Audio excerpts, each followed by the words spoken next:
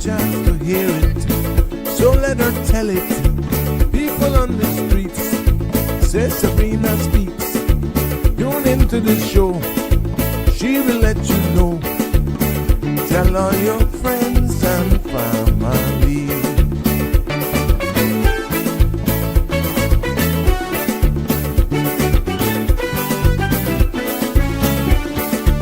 Real talk is no joke.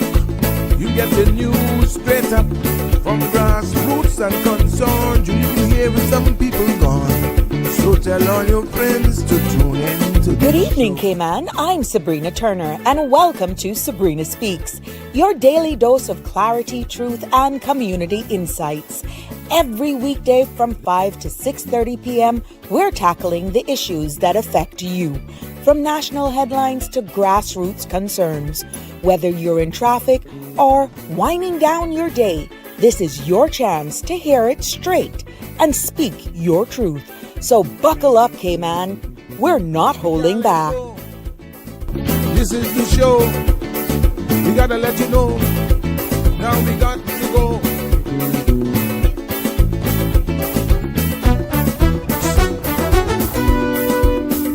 And now here's Sabrina.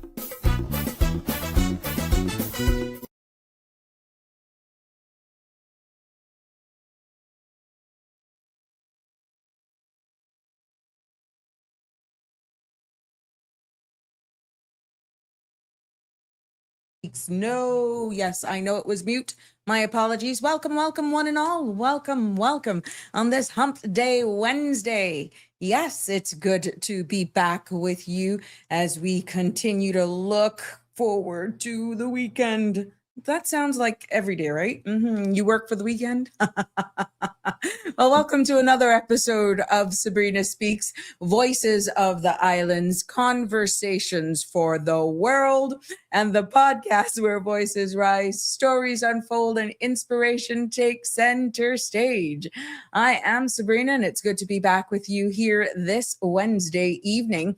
And tonight, yes, we're going to be breaking down a headline that sounds big, sounds global, sounds far away, but trust me, it has the serious potential of touching every single one of us. And what I'm talking about is the United Arab Emirates and the UAE. That's what you'll hear it as. And they have officially left OPEC. Now, you're going to be hearing a lot about this, and you'll be like, oh my God. Yes, what that is. Hold on.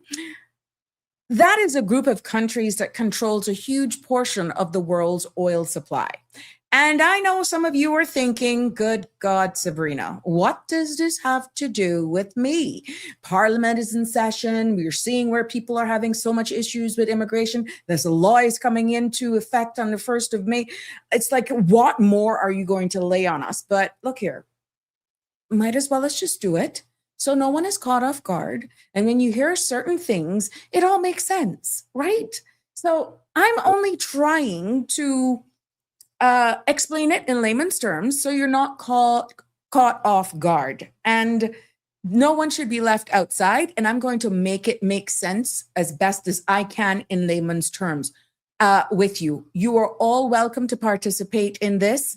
I am, people are like, look, I don't even look at the signs. I'm just trying to buy gas. I'm just trying to buy groceries. Yes, the prices are killing me. I'm just trying to sort my life out. I'm worried about interest rates. Well, I got a little bit of that for you. Some good news there, even if it's short term in the business roundup at the end of the news segment. So yeah, there's a lot that's built in to even how your interest rates are impacted with your mortgages.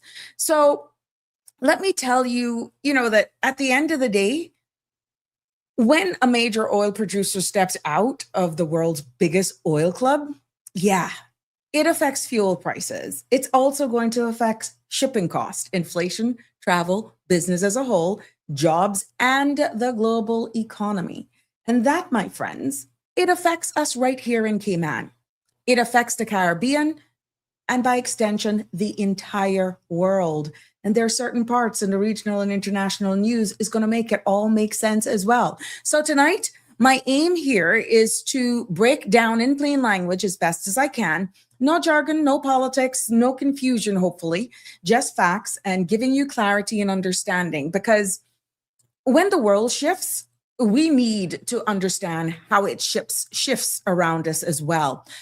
So I just want you to know that, again, this episode of Sabrina Speaks is proudly supported today by Bridgepoint Immigration Consulting.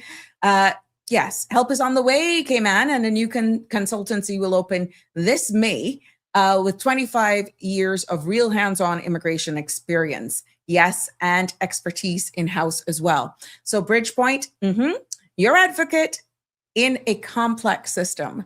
More to come. I promise you more to come on that. But please remember, the content you're about to hear, including any discussions or opinions from myself, guests, and or participants, is intended solely for general informational and entertainment purposes. It's not a substitute for professional legal, medical, or financial advice. So I encourage you to consult with a qualified professional for your specific concerns. Now, Bridge Media Limited and all of our affiliates disclaims all liability for any decisions or actions taken in reliance on the information presented. Now, join in live on in the conversation by calling 345-936-8255. You can also hit me up on WhatsApp because we love to hear from you. The only thing I'm asking, respectfully, is that we keep on the topic at hand. I am willing to entertain you, and that is why we have Open Mic Friday, unless it's an emergency, a huge disaster, because we want to hear from you, and we love your feedback. But I only ask is you be respectful, even profanity. I know it's very emotive, and you can get all into your feelings and all that sort of stuff, but we gotta respect our viewers, our listeners, and our audience base. So we ask that you exercise diplomacy whenever you're trying to articulate yourself. And please, please, please, I beg of you to stick on topic. It's different. Open Mic Fridays. And even if you see me come with the topic on Friday because people are not calling in, I will pause that topic because Fridays is dedicated for any and everything. Okay. So I will pause the topic because Open Mic Friday is exactly Open Mic Friday, but I still have to show up with content. But all I ask is just to deal with it respectfully once you participate here live. And please understand that if you're calling on WhatsApp, and I am on another call that is someone who's calling straight, not on WhatsApp, I cannot answer your call. And if I'm on a WhatsApp call, you have to message me and say, can you add me to that WhatsApp call? I can add you. I just can't add you like how I could do a straight line call. So as long as we get that understanding, I'm not selecting who I answer. It all depends on how you call the show. Okay. So I just ask for your patience. I ask for your understanding. And I ask for you to be cognizant that other persons may actually want to be calling in as well. But the bottom line is we appreciate your contribution, but I need you to be cognizant that we want to stick on topic for our episodes. Again, this space was created because your voice matters. My opinion doesn't. I'm the host of the space. But as we continue to grow, we're going to get those where multiple persons want to call in, and we want to be cognizant of that and be respectful of everyone's opinion, number one, and two, just be cognizant to stay on topic. That's all I ask. So yes, 345-936-8255 is the number to hit me up once the phone lines are open. And you can also WhatsApp me as well, but we appreciate you. We appreciate your conversations. We appreciate your dedication and your continued support. And I'm seeing the new followers and subscribers every day, and that would not be possible without you. As a matter of fact, you see that in the back?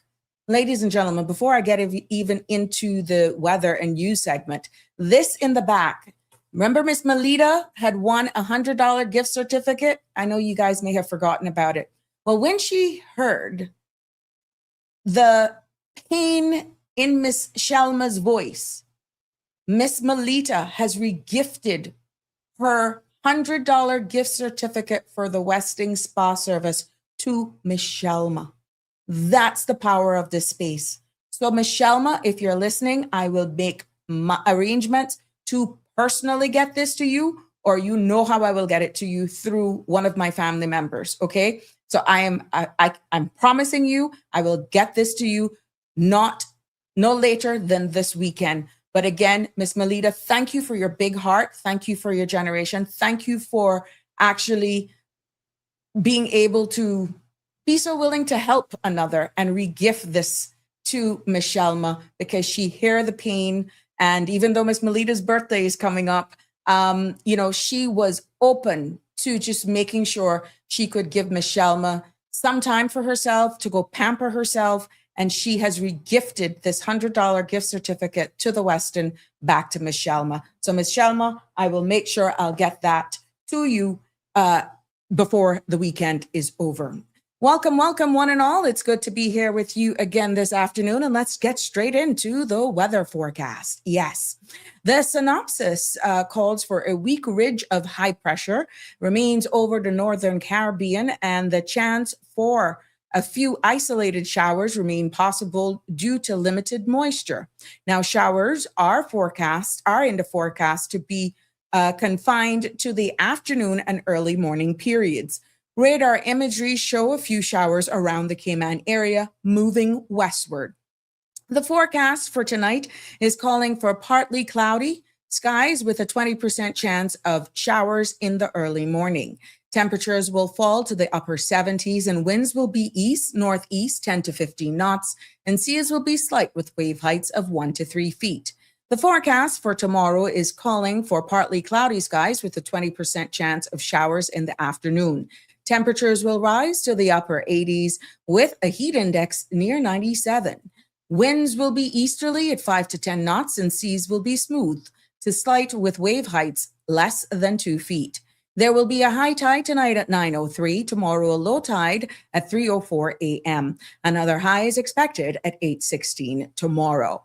The sun will set this evening at 6:46 and sun will rise tomorrow morning at 5:58. The outlook is calling for similar weather conditions through Saturday morning. Thank you for my friends over there at the National Weather Service. That's our weather forecast for this evening and the forecast going out for tomorrow. Yes, it is perfect weather. I see you guys. Remember to share the link and let them know Sabrina Speaks is live as we turn our attention and our focus over to the news segment that's making the Sabrina Speaks platform this evening. Starting with local news. Parliament convened today at 2 p.m. for the fifth meeting of the 2025-2026 session. During this final sitting of the current legislative year, members are expected to be deliberating on a series of legislative changes that will shape national policy in the year ahead. Now, key debates include proposed amendments to the Airports Authorities Act and the Parliament Management Act, as well as measures focused on good governance, health, and public safety. Additional business will continue as the House works through the agenda for this sitting. Motions and other outstanding business are also scheduled as the House prepares for the new season. The Ministry of Youth, Sports, Culture, and Heritage is inviting the public to take part in the inaugural Heritage Month 2026, a month-long celebration of Caymanian identity under the theme Threads of Our Traditions. Now, the ministry says that the observance brings together cultural expressions across all three islands to tell the story of who we are as Caymanians.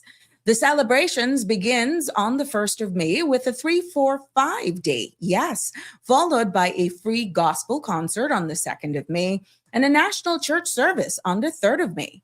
Heritage Month is also including the observance of Emancipation Day on May 4th, which will be celebrated along Cardinal Avenue and Seafarers Way, recognizing the end of slavery in 1835.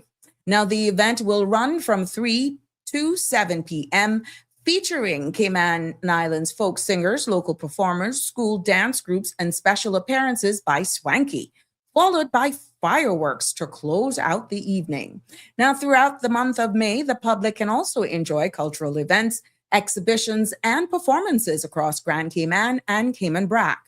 The ministry is also encouraging full participation as Cayman celebrates the traditions and values that continue to shape our islands. More in local news, the Cayman Islands is strengthening its commitment to regional collaboration and effective utility regulations through participation in the 20th annual OPEC conference in Jamaica this week.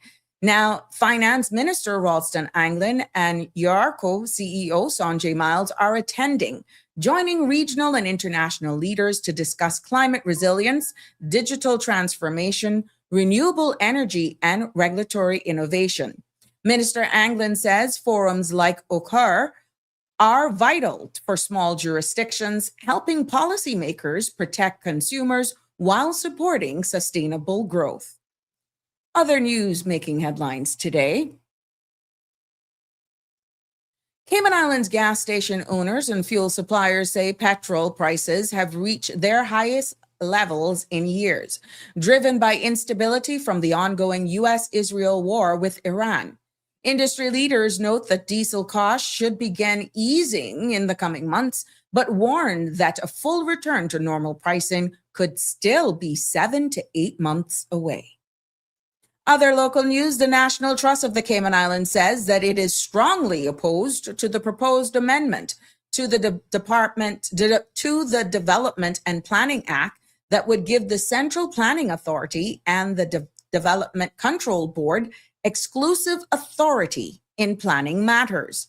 Now, the trust says the change would override consultation requirements in other laws, including the National Conservation Act, and weaken essential safeguards for the environment and heritage.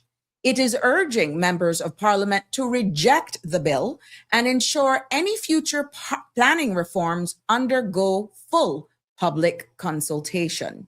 We will keep this, keep you abreast of those followings. You know, the House, like we said at the top of the hour, is in session right now. So yeah, we're going to keep an eye on that and how it moves. Let's turn our attention now into news that is making regional and international news for this evening.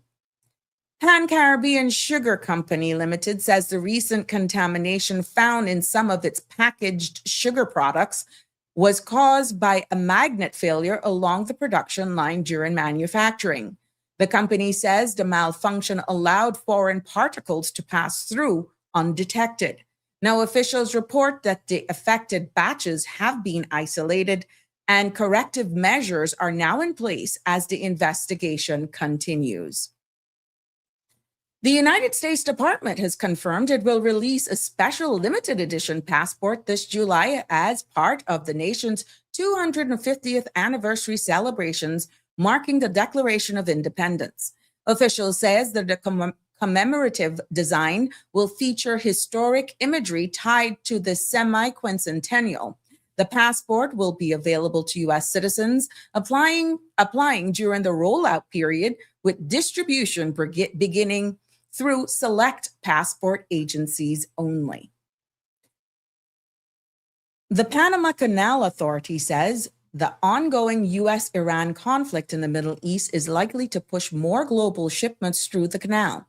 In a statement on Tuesday, the authority noted that instability in traditional shipping routes could redirect traffic towards the Central American waterway, which remains a major corridor for international freight. Officials says they are monitoring global conditions as they prepare for potential increase in transits. Now, you see what I was saying earlier on, that, yeah, it all ties in at the end of the day. And this is why we make sure that we keep you abreast of everything that's happening so that we are not left off guard at all. Oh, no, we're not. We're going to keep you abreast of everything that's going as we continue this evening.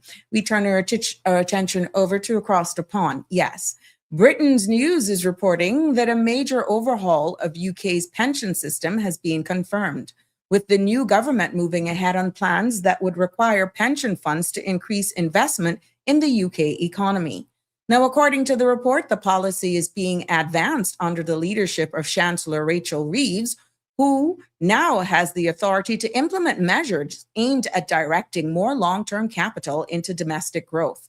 Further details on the reforms are expected as the government continues to outline its legislative agenda. And as we wind down the news segment, China is expanding its direct shipping routes to Africa in an effort to boost trade efficiency and reduce logistic costs across key corridors. Now, the move comes ahead of a planning zero tariff policy for 53 African countries that is set to take effect in 2026. Now, major ports such as Yantani and Tianji are already reporting stronger export growth and faster transit times. Now, officials says that developments signal deeper trade integrations between China and Africa, particularly industrial and the technology sectors. That concludes our news. Now let's wrap it up this evening with what's making our news for the business roundup right here on the Sabrina Speaks. U.S. markets closed lower today as investors reacted to renewed uncertainty around the interest rate policy. The Dow slipped to 49,141, while the S&P 500 and NASDAQ also ended the session in the red. Energy prices continue to pressure inflation, reinforcing the Federal Reserve's decision to hold rates at 3.5 to 3.7%, in what was the most divided vote since 1992. Fed officials signaled a higher for longer stance, noting that persistent inflation and global instability leave little room for near-term cuts. There we have it this evening, ladies and gentlemen. It has been that wraps up our news segment here for this evening, and keeping you all in the know here. Good evening, one and all. I see you're coming in slowly but surely as we continue to share and update with all of the happenings that are happening between here around the world, making sure we keep you in the loop of everything. Who's going to be rushing all you Americans that are here to make sure you get that commemorative passport? Who's going to be in the first of the line? We know you. We know y'all. Who is going to be jumping as well to make sure that they can get it? It'll be interesting. Yeah. Happy birthday shout outs to all of those who are celebrating a birthday, anniversary, or just celebrating life from all of us here on the Sabrina Speaks platform. And yes, our love goes out to you, and also condolences to all of you who are mourning the loss of a loved one. Yes, our thoughts and prayers are also with you. Connie Bonnie's in the house. Good evening, Auntie Sabrina, kinder, gentler world and crew. I realized that. You know what that was, right? I forgot to unmute myself because I was saving these beautiful images that you shared with us today, your orchids of the day. So no, I'm not blaming you. It's just trying to be an octopus with multiple arms and doing different things. But thank you so much for sharing this beauty with us, Connie Bonnie. Oh my gosh. It is, these are beautiful. Those are the flower of the day. Yeah, the flowers of the day, the orchids of the day. Connie is just killing us with lots of love here. And it does make a difference. I must say, it really does make a difference. Yes. Alfred Real, good evening to you as well. What you say you want here? Read lips. Good evening, Aliano. How are you, my sweet? I hope you're doing well and continuing to be well on your journey of mending. Donnie is also in the house. Yes. Alfred Real, Auntie Sabrina, if prices rise after global events, who should be held accountable locally when those prices never come back down? And are Caymanians prepared to change their lifestyles if the world economy becomes more expensive and unstable? Definitely, you can weigh in those questions as we think here on this segment. Yeah, good question to ask. But, we'll have to keep abreast of what's happening local. And we could only trust our officials and all of the agencies. How are we going to deal with this? Remember, we're importing everything. And let me get through the show, and then maybe these questions could be answered based on the information that you're sharing here. But we have been signaling this. And it's funny that Andrew actually commented and said Blessed Wednesday immediately after that, because Andrew has been signaling this for weeks. Andrew has been saying, what are we doing to be prepared for the realities? Hey, Harry, how you doing? It's good to have you join us here from the UK as well. Richard, perfect. Yes, yes, yes, perfect weather. I would say I was out and about today. Yeah, and it wasn't so bad. I'll be honest with you. It wasn't like you were suffocating. So I must say the weather was really, really nice. And I had a little moment this morning where I was able to sit down and just exhale a little bit with my cup of coffee. So yeah, I did have a decent. It's amazing how you time manage. Like I'll bill my shows like the day before and try to just prep for the next day. Sometimes I try to do 2 days in advance just to carve out those moments where I can just enjoy just me time. Yeah. So I must say, Richard, I gotta agree with you here today. Leanne, hi. How are you? Welcome, welcome, welcome, my sweet.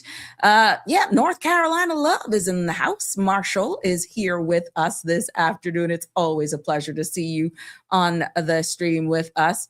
Damian Henry, good evening, all. There is a sacredness in tears. They are not the mark of weakness, but of power. They speak more eloquently than 10,000 tongues.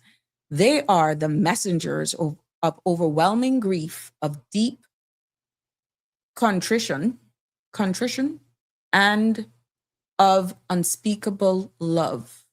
That's condition. I think that's a little typo, but I think I get what you say. Tears are powerful. They are, Damien. And again, thank you for your loyalty. Thank you for just keeping us abreast of, look at all these beautiful ones that are coming in.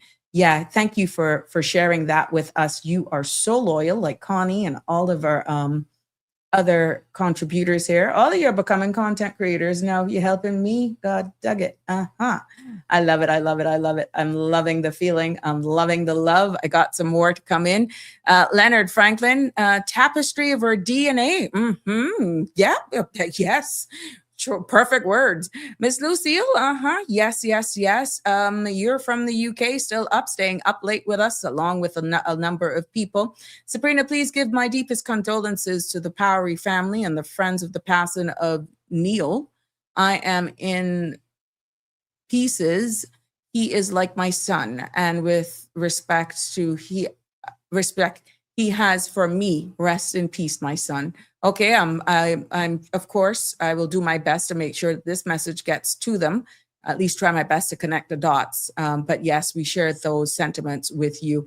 Jimbo is also in the house, and as the message continue to come in and also comments and questions, let's take a break for a message from ESO. We'll be right back. So do not go anywhere. Please just share the link. Tell them we're on because we're going to be bringing up an important topic this evening. Yes, we're going to make it all make sense. The Economics and Statistics Office, ESO, is currently conducting the annual business surveys until June 12. The surveys collect information to answer questions like, how did the economy perform in 2025?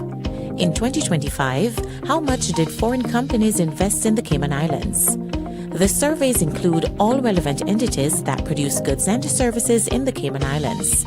The surveys are confidential under the Statistics Act and are exempt from the Freedom of Information Act. Your response matters. Do your part. Fill out and return your survey forms to the ESO. Remember, better data, better decisions, better business. For assistance in filling out the forms or for more information, visit eso.ky or call 244-4676 or 244-4600.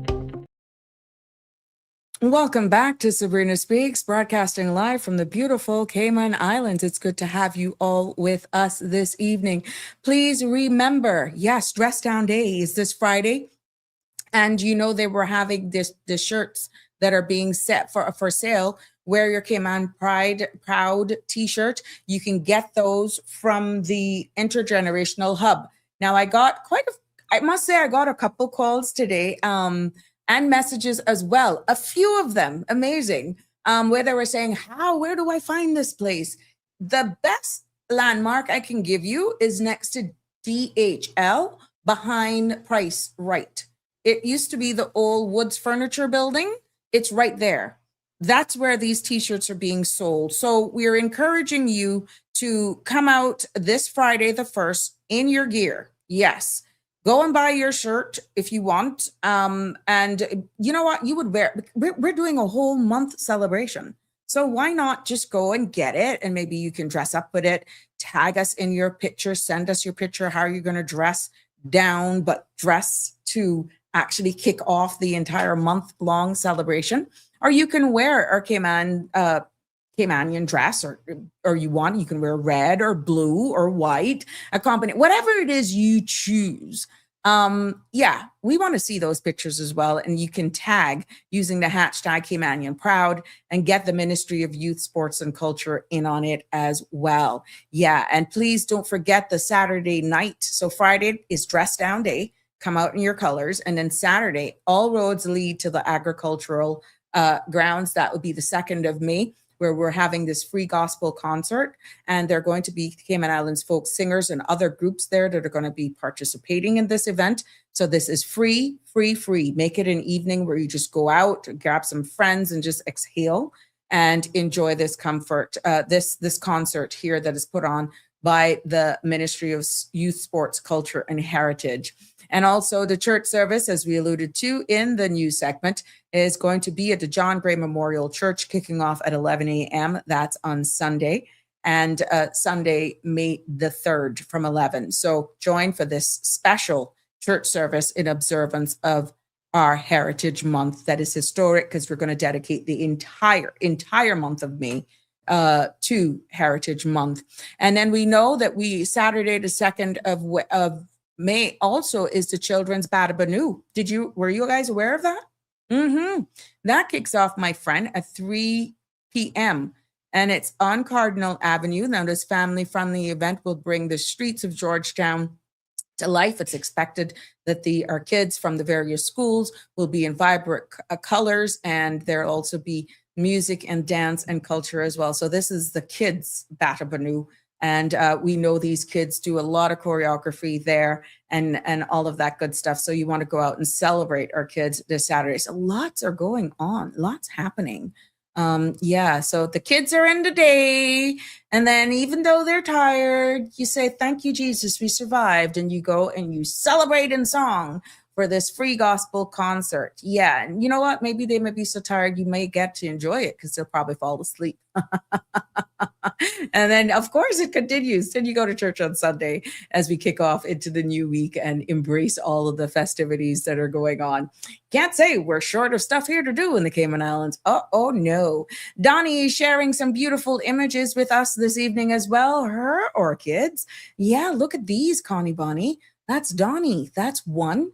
And look at this other one. Oh, my goodness, Dawn. Thank you for sharing this. So I got my plant lovers section, and we got all of the other stuff that is going on. So thank you, ladies, for sharing this. And anybody else who has other flowers or showing off their green thumb, you want to share them with us, of course, we are more than happy to share the love here and share it with you as well. Jim is sending howdy to Connie. Yes. Yep. Thank you, my sweet. Debbie Bodden is here with us this evening. And Harry is, okay, your UEF. Okay, that's in regard to the sub. Okay, I'm going to have to flag these so that people will know what we're talking about. So I'll come back to these comments from Harry in a bit so that it all makes sense, because we don't want to lose people. And Aliano says, getting there, just stress without the NAU or DAF running my girlfriend through crap about her Caymanian papers. Really? Getting there, just stressed out with NAU and DAF running my girlfriend through the crap about her Caymanian papers. Oh, really? Okay, we'll have to peg that one so that we can probably see a little bit more. 9368255. Tell me some privately, and let's see how we can navigate that together. Maybe it's due diligence. I don't know. Yeah. But this exhale, there's always a reason. And what we're seeing right now is the innocent is suffering for the guilty. So, interesting times. Yes, you are more than welcome, my love. Damien. Oh, a deep, sincere. Oh, okay. Sorry. It's me, my love. Not you at all. Thank you for the clarification. Sarah Curtis is in the house. Good evening, Miss Sabrina. Do they know which roads will be closed for the kids' Badabanu? I can ask that question, Miss Sarah, for sure. But Cardinal Avenue is in the middle of town, so I don't know if they're going to be doing a mini loop, but I'll make sure I will do that. And if I get it before the show ends, I will share it. Otherwise, you can look at the Sabrina Turner community thing and we can, let me message them now.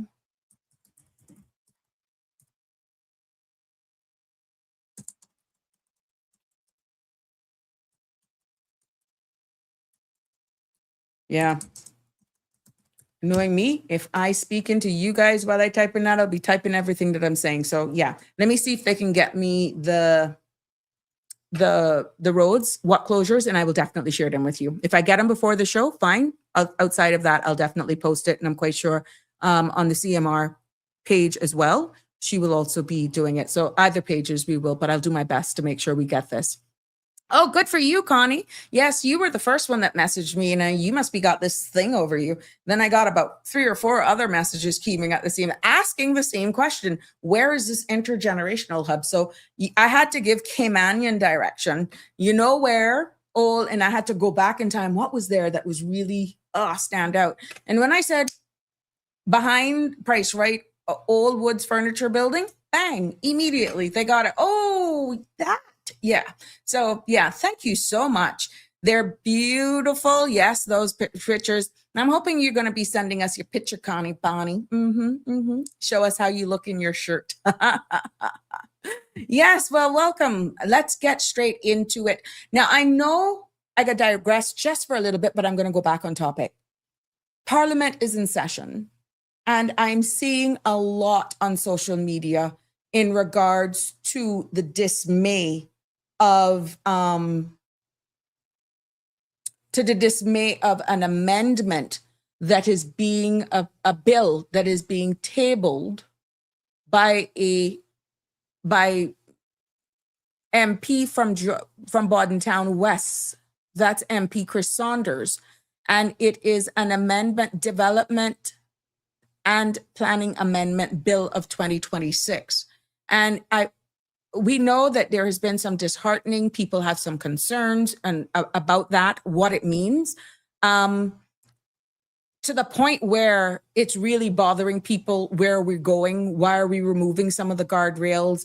They're not listening to us. Why are we so loose with just protecting our environment and all that sort of stuff, right? This is a bill, and I'll only say this much on it. This is a bill for the government who has the numbers to consider.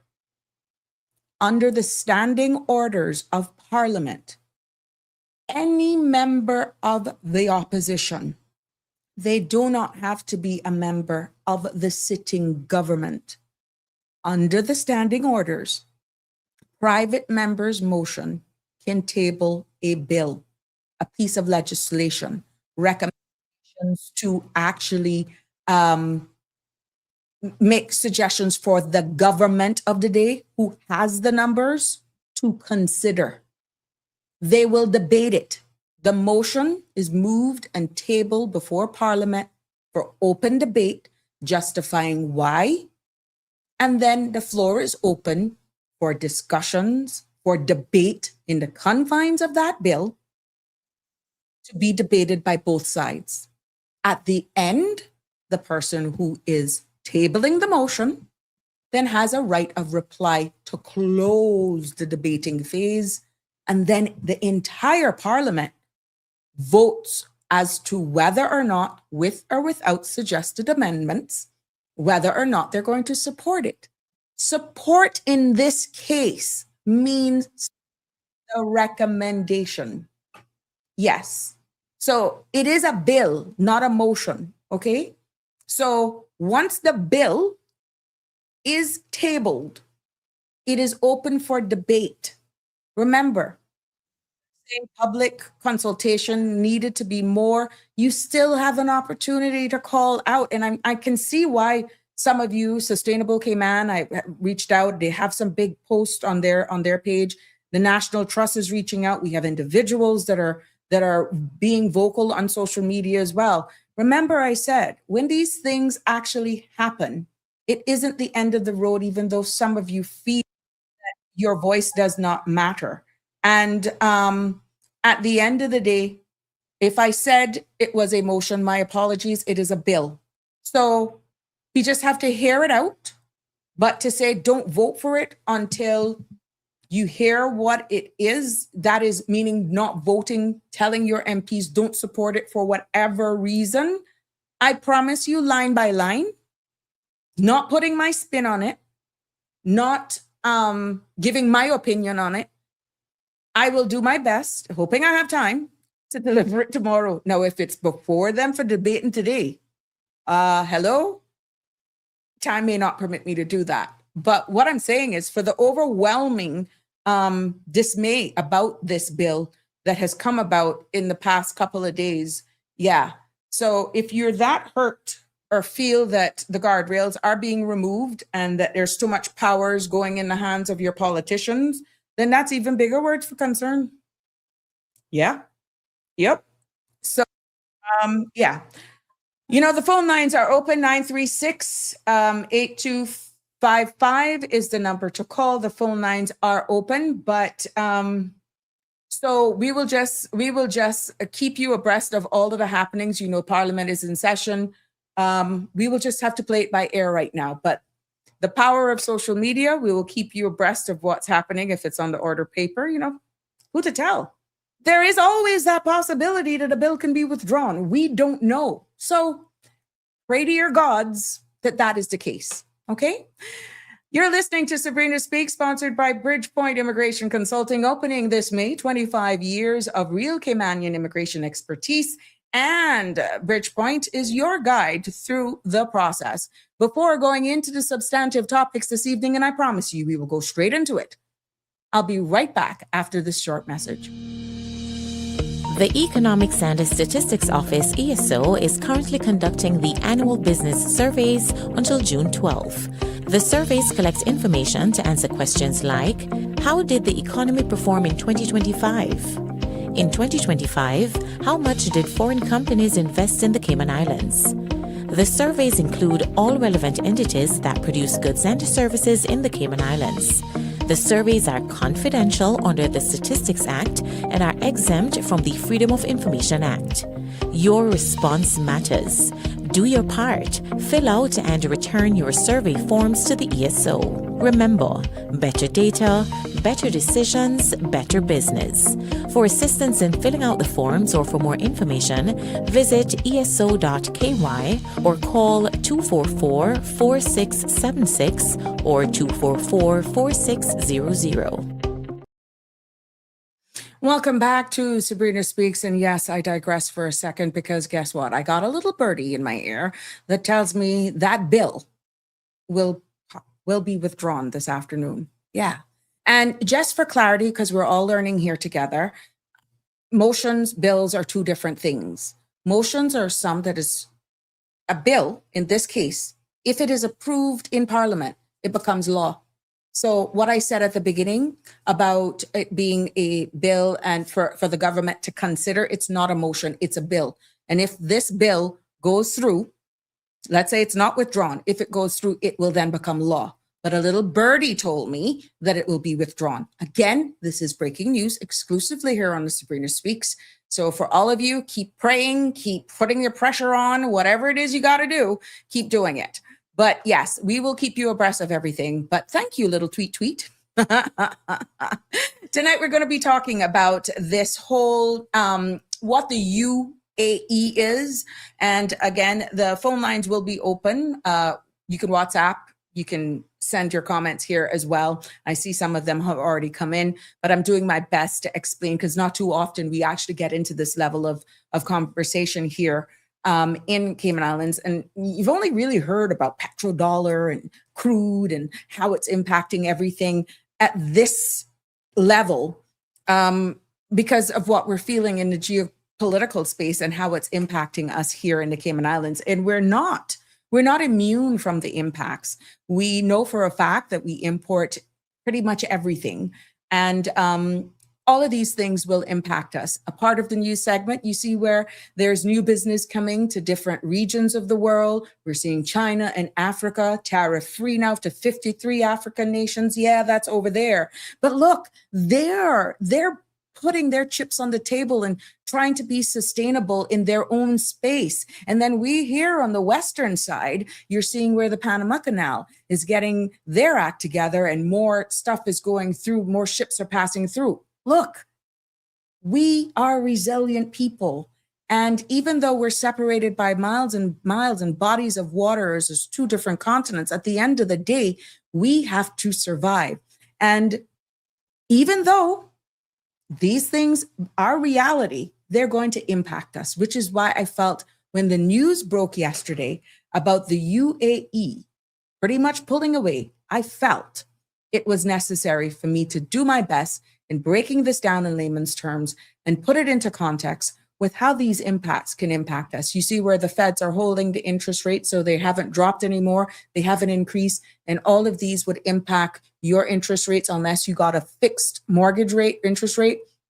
So that is good news for now. But you know, it still leaves you on the fence because you don't know whether it's going up or down because of all of these things that impacts something as simple as your mortgage. So everything is tied in, from the clothes you wear, the car you drive, to the simple little needle.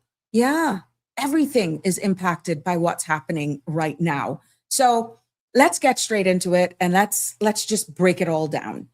We're going to start with the UAE. You're going to hear me using a lot of acronyms this evening, and that is because it's easier to just get through it, but I'm going to do my best to break it down for you. So when you read these things, you may hear them on news shows, it will all make sense to you, and it doesn't sound foreign because it's not terms that we normally use every day unless you're in a specific industry or you manage portfolios that are directly related to this industry. So we're going to break it down as best as I can. Now, the UAE stands for the United Arab Emirates. And what this is this, it may be small, but a very wealthy country that's in the Middle East. And it's made up of 7 emirates. Now, that one blown away from me because when I did my research, I only knew of, Dubai. Really, you didn't look at how it is actually structured. But in case you didn't know, it's made up of 7 emirates. And we already know 2 of them because, yeah, that's predominantly what we hear of. That's Dubai and Abu Dhabi. Yes. Dubai, is like, everybody's dream. I want to live like those. That, my friends, is the flashy one.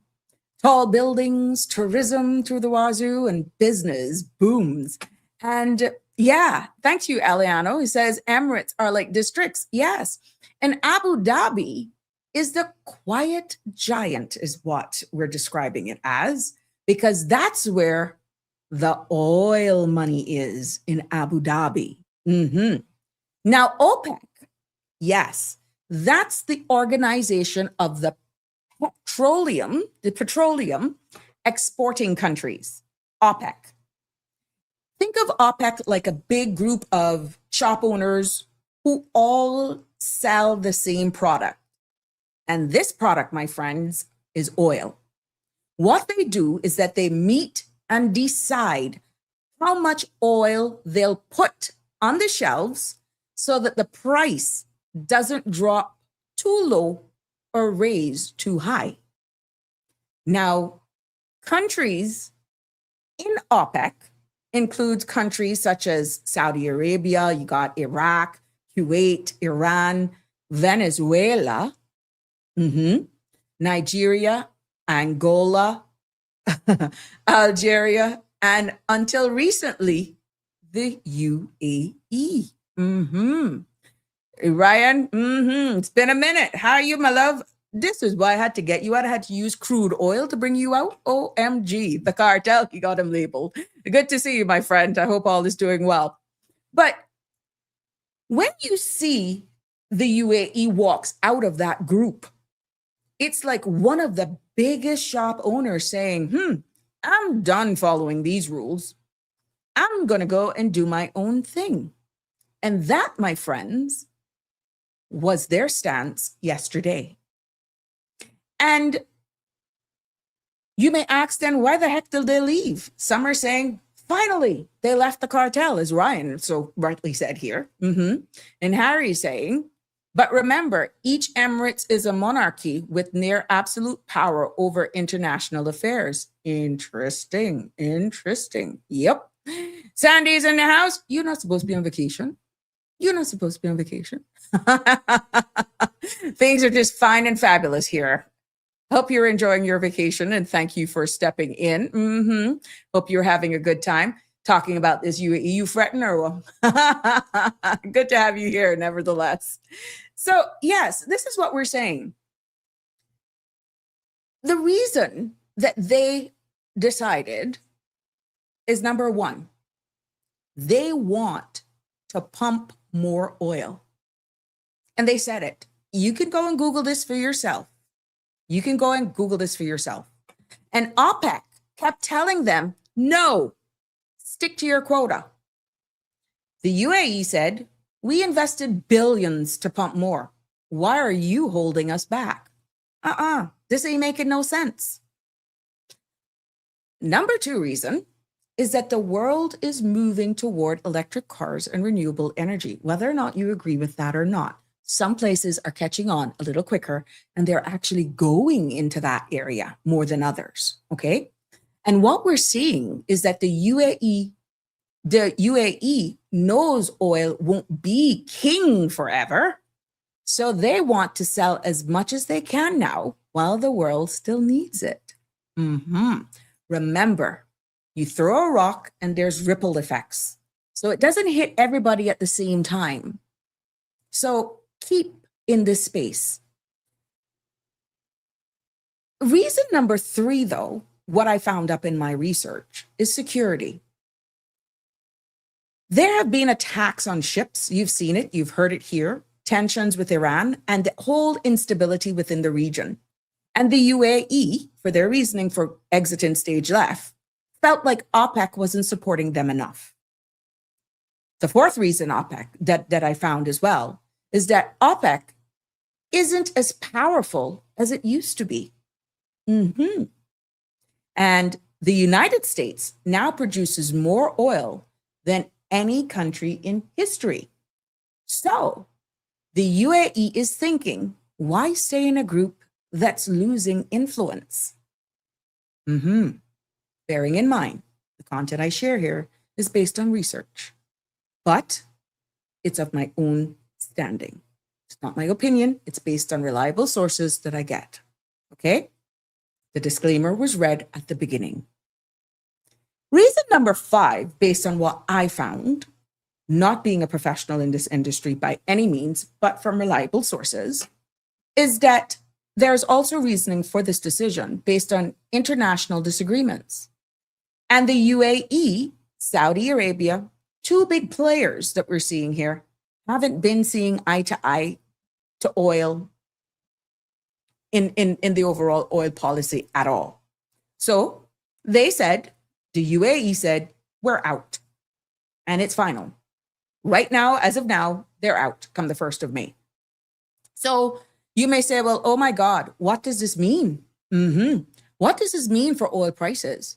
You're seeing the uncertainty. You're seeing even interest rates right now where the feds have said since 1992, they have never seen a vote so tight. And that is talking about interest rates. That's your mortgage. But it's all tied into what we're seeing from the geopolitical space. So here's where it hits home. When the UAE pumps more oil, prices could actually drop. Good evening, caller. You're live. Oops. Hold on.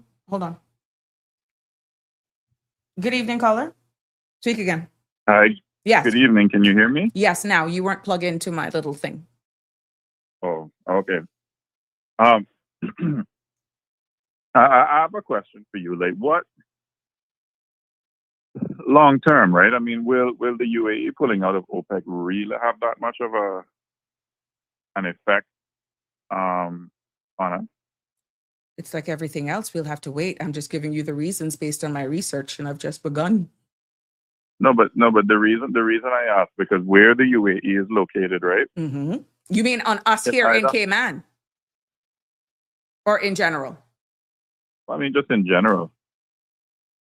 But I mean, like where the UAE is located, right? It either has to pass through the Strait of Hormuz, which that situation right there, or I believe there's a pipeline. They have a pipeline that goes through to Oman, but I think that's already being that's already under heavy use. So I mean, I don't know how much more oil that they can produce. They can pump out of Oman. And the only other thing is going out through Saudi Arabia, who is the dominant giant in OPEC. Mm-hmm. So I mean, I think leaving OPEC gives the UAE permission to produce more, but not the same as capacity. You still I have don't to think move they the would. oil. I don't think, based on what's in the public's domain, they will play their hand until after. They never play their hands. And that's one thing I admire them to a degree. They don't expose their hands immediately because there are other players in the game, such as China, as you see in the news that I shared. And they're also looking at a new way as well to try and just avoid Hormuz, the Strait of Hormuz, where they're considering actually creating another similar to what we have on this side of the world as Panama Canal. They're actually working, trying to create another route that would pretty much run parallel, but distance matters. So they're not playing their hand. Okay. They're not playing their hand. There are other areas that are actually making strategic moves. They're making moves, but they haven't really made the play yet. They're aligning. And I feel at the end of the day, based on what I have been researching, just to prepare this topic so that it all makes sense from a more global perspective, not necessarily trickle down effects or immediate impacts on us, but this is going to impact, even if we're getting it third party source, some way, somehow, the prices are going to be felt here in the Caribbean region. I bet my last dollar on it. But I mean, the energy importing places like Cayman might benefit because I mean, now if you have something outside of OPEC, now you have basically a competitor, right? And usually where there's a competitor, markets, you know, like the consumers are who benefit when there's competition. But I mean, sorry, hold on, kind of battling a bit of congestion.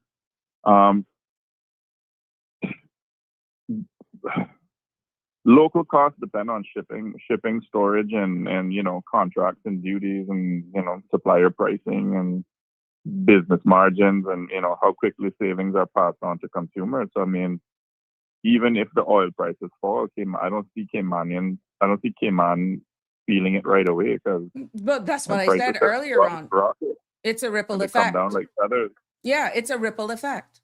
It doesn't hit us direct. It can hit us indirectly. And it's only a matter of time that we may see it in other things. We don't have to see it directly. So I'm listening. I see where Harry commented the UAE and Saudi are building a new pipeline across the peninsula to pump extra oil out of the country, not using the Strait of Hormuz. I know I'm not going crazy. No, right, but my point is that you have the UAE who has just now left OPEC, right? Saudi Arabia is still in OPEC. But we don't know how much more we plan to exit. Well, what I'm saying is that if it is as it stands now, how can UAE, who has left OPEC, pump oil through an OPEC country, well, who's the king of the OPEC, you know, the most dominant one in OPEC, and like not, you know, it's like, oh well, you want to leave us, you want to pump it through us, you know, we'll add. You have to pay us to pump it through us now. Right. Well, we'll just have to wait and see. I don't have that crystal ball. I'm just delivering it in its raw form, which is what I do here. To answer direct questions like that, I'd be honest, it's thought provoking. But we got to start somewhere, and I'm just scratching the surface. This is a developing story, It pretty much changes every time you go to bed and wake up because they're a day ahead of us. So a lot of that I cannot answer, which is why I am preparing us for these conversations so that we have a baseline. Well, For those who are all right. following it, you are able to ask those questions, but the average person is just not even beginning to wrap their head around it. And that's all I'm trying to do, is bring it in layman's terms as to what we're facing to come with this decision, because it has made news. It has been in circulation, and people are asking the question, well, what does this mean? So I'm answering what it means. All right. Well, plenty of lifestyles going to change here in Cayman. Well, we're saying that, but then at the end of the day, we're asking then the same questions. Do we still have to deal with what we're seeing with crude and all this sort of stuff, looking at our looking at how our utilities right now is run? Will LNG be something that we're talking about in the near future? We'll be looking at another form of thing for running our energy. When you look at all of those crude oils and other forms of commodities, is this a signaling times that we have to look at other types of fossil fuels? We don't know. I'm just throwing that question out there. All right. I'm listening. Thank you. All right. Sure.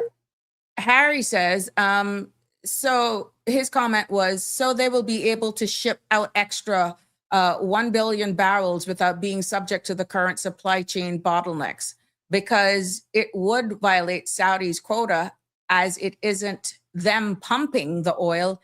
It is a non-member merely using a pipeline that happens to run through their country to pump their oil. Yes, and Andrew's commenting saying the Chinese are dominating the EV and car market, killing American car sales. European, Japanese, in addition, solar energy is dominating by the Chinese as well. All of this is about dominance, and BRICS, Brazil, Russia, India, China, South Africa, forming their own currency, cutting out the US dollar for trade. Now, Trump stated this in the 2019 with his trade war. Coincidentally, that was when COVID started, December of 2020. Lockdown was implemented, and the Chinese were implicated as the guilty party, US car maker. Then it stopped there. So there we go. There's a lot of things, and some people will hear this and probably say, oh, it's conspiracy theories, but you can't just look at one source, which is why I go to multiple sources when I actually prepare these episodes. And it's amazing, as I'm preparing to deliver, keeping focused on what I'm delivering, different countries and different areas are doing things, and you're like wondering, oh, but is it tied to that? And then you're coming in like an investigator, and then you're looking at where we are here, and you're seeing what legislations we're putting into place. We're seeing how we're speaking, and their bits and pieces appear to be missing from how we are articulating. And that's because we are governed we are an overseas jurisdiction. So the bigger talks that are being had because we were a child of the United Kingdom is why it appears sometimes as though there are gaps in what we're saying. It's because we're not independently speaking for ourselves. We're seeing where other CARICOM jurisdictions are aligning accordingly. Some may agree to disagree that, oh, well, they're going to be in more problems than us because we're somewhat sheltered, protected as a BOTC.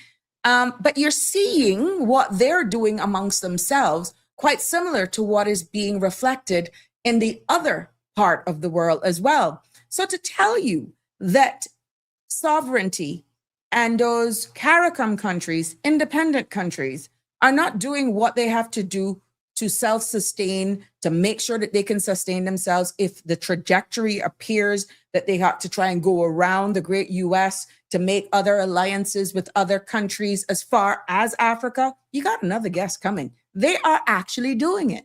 You saw where Venezuela the other day before yesterday, I think, was in the Barbados. And you see her, she is the interim or acting premier or prime minister for Venezuela.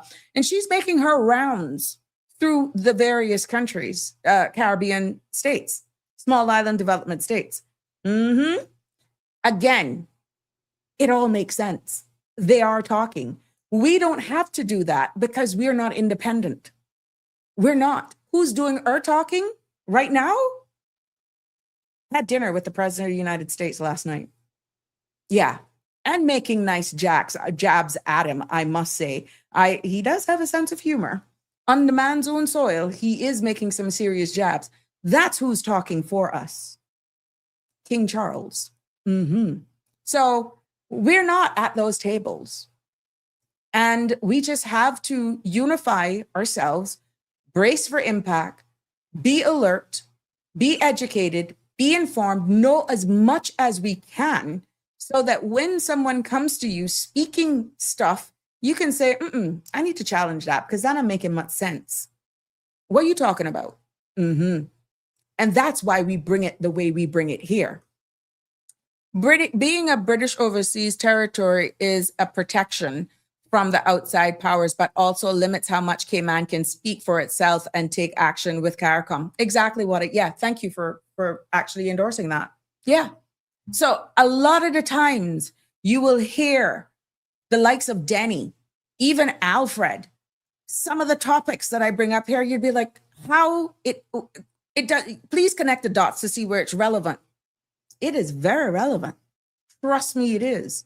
But we're not doing the talking, as Harry has confirmed, because we are being spoken for by who is right now in the United States of America. But that doesn't mean that we will not feel the impacts like everybody else within our jurisdiction, just because of our sheer vulnerability. So when all prices swing, there is a possibility everything else swings with it. From gas to groceries, airline tickets. We're seeing where countries right now in different airlines are warning people for summer travel. Double check your airlines to see if they're going to be in operation, especially those long haul flights. Or when you go to those long haul destinations, you may be wanting to do different country hopping. Double check to see if those flights are still going. From shipping costs, construction, building material, we're seeing where there was fertilizer having a problem for our crops, for our farmers. Certain summer fruits will be probably impacted by all of the Straits of Hormuz being blocked. Yeah. So this is going to have worldwide impacts on us. And at the end of the day, electricity in some countries are going to be impacted by it as well. Stability. We are blessed, but we're still not out of the woods. Oil, my friends, is like the heartbeat of the global economy, whether it's a direct impact or an indirect impact, whether we're feeling it today or we're feeling it 7-8 months down the line. Hello, did you see what they're saying? Stability, maybe. They're key words that are being used because no one can put their finger directly on it right now. Because when it does jump, if it jumps, everything jumps along with it. And I have to bring it home. Cayman imports everything, literally. Food, fuel, building materials, machines, all of it comes either by ship or by plane. And ships and planes run on what? Fuel. Yep. So when oil prices move, our cost of living moves along with it as well. A box of chicken goes up. A flight to Miami goes up. A construction project slows down. A business struggles to keep prices stable because somewhere, somehow, we've seen where Jamaica is saying we can no longer sustain the losses we are losing. And therefore, they're going to start seeing things escalate. Yeah. So this is why a decision made thousands of miles away still have the huge potential of landing right here in our pockets, directly or indirectly. So Aliano is saying, let's be serious. How can Caymanian play in this market when we don't play? Leverage is just frustrating because what is the government doing? Like I said, we don't speak for ourselves, Aliano. We pretty much have to trust those who are in the industry to just come out and be frank and honest with us. And you keep asking the right questions to your leaders, how they're doing and what things they're putting in mitigations that they are doing in order to help us brace for the realities and for these uncertainties. I think what I'm getting from your question is that you would like to know what things are in place that could, prepare the people of the Cayman Islands for the good or the bad, or like what Alfred said, we got to be prepared for the eventualities, for our realities, so that at least we're prepared. And we need to know what that preparation looks like from a national stance. Andrew says Venezuela president signed agreement with Barbados Prime Minister Mia Mottley to be the hub for Venezuela's products to the Caribbean islands. I wonder how Trump has not intervened on this, as he is the big ruler with his iron fist. Up against who? Mia Amor Motley? The no for frightened. And I'm a horrible singer. Yeah, that's interesting. You think the lady, hey, trust me, agreed. But let's see. Let us see. Harry says, I think Denny fails to understand that the Cayman Islands can't bubble itself. It is a tiny power that admittedly punches well above its weight, but there are several caps on power. Okay. Andrew says, my question is, how will Cayman Islands survive? We don't have anything to trade or export. You could see the lines at DFA getting longer if businesses start to close. If the environment becomes to the point where it's just not making ends meet, you're quite rightfully saying it. I just feel that we need to hear something. Maybe you will hear that. Powers that be are in Parliament right now. What are they going to be saying? I don't know. I can't speak for them. This is what you're asking. It's really, really interesting from a national perspective.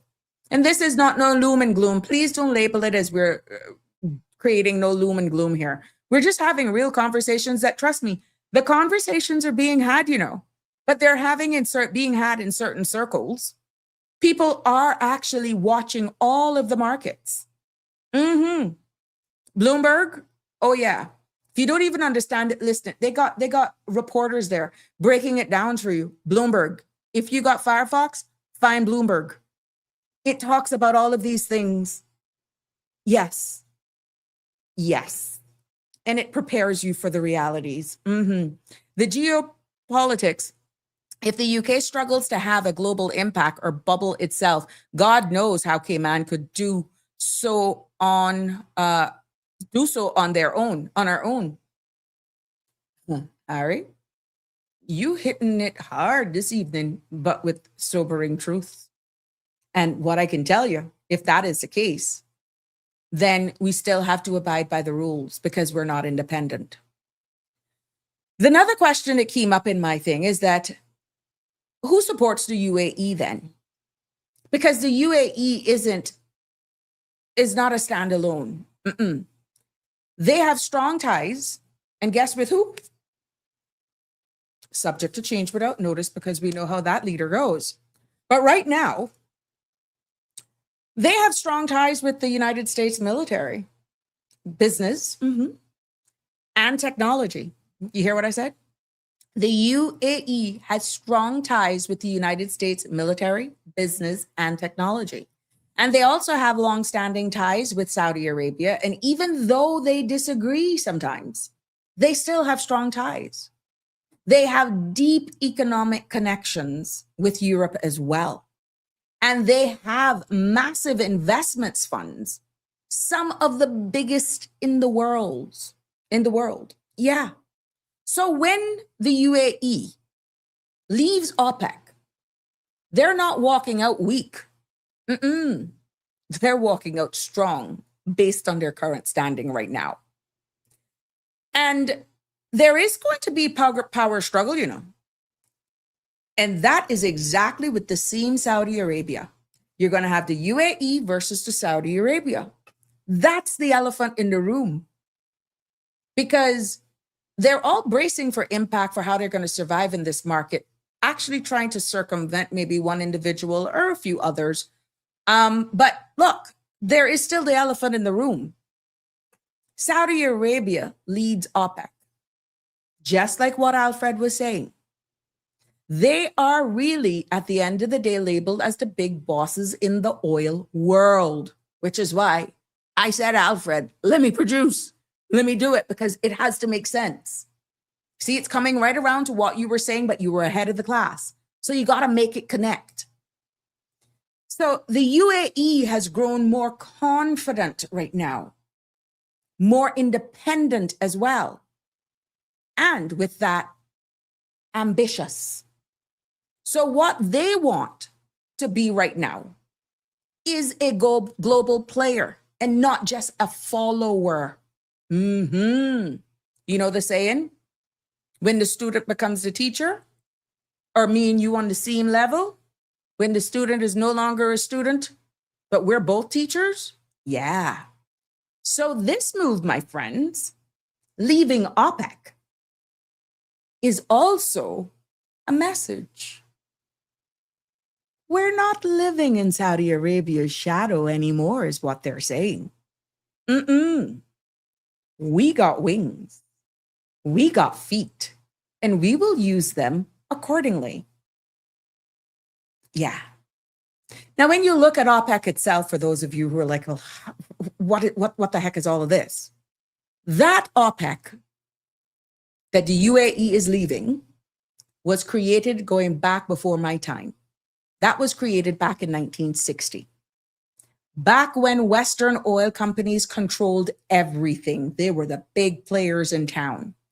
And then OPEC was formed so that oil-producing countries could take back power. And what we saw for decades, OPEC controlled prices by controlling what? The supply. But over time, what we've observed, new producers came into the playpen. We saw the US, we saw Canada, Brazil, and guess what? OPEC's power then weakened. The UAE's leaving is one of the biggest cracks right now in OPEC's foundation. It's a big crack right now at this time, understanding the environment, understanding the demand, understanding the uncertainty from world leaders, understanding geopolitics, threats, bullying. Yes. So who's winning here right now? If I could break down the winners and the losers for where we are at this present time, based on research, the winners are the UAE. Because with this decision, they're getting more freedom, and that's equaling, cha-ching, more money. Another winner is the United States. Oh, yeah. More influence. And countries that want cheaper oil. Some of those who may be on the back end, the losers of OPEC, of course, tops the list. Because they now have weaker unity. That unity is not as strong as it used to be. And the losers as well are countries that are dependent on high oil prices. Now you would say, well, which countries are dependent on that? Oh, it's real. It's real. There are countries that depend on high oil prices. And the losers are also global stability, because now that things get unpredictable and we're seeing where it's impacting the feds, we're seeing where it is beginning to impact investors' confidence in how they trade stocks, which, of course, you know what that plays in the grander scheme of things. Dean says, do we know yet what currency the UAE will be taking for the oil, for their oil? The petrodollar is coming to an end, which is good for the market. We don't know yet. Let's see. I'm quite sure this will continue. It's a drip effect. It's a drip effect, Dean.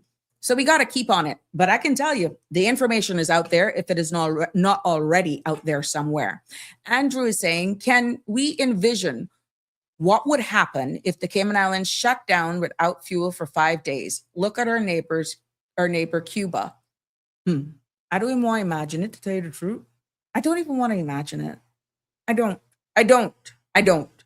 Because I've seen a video with, although it was in Spanish, of a gentleman who was crying out of Cuba, that all of a sudden we're not hearing much.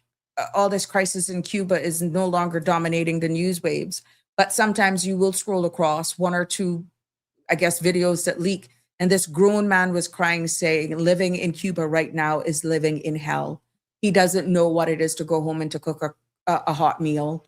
There are still crises there.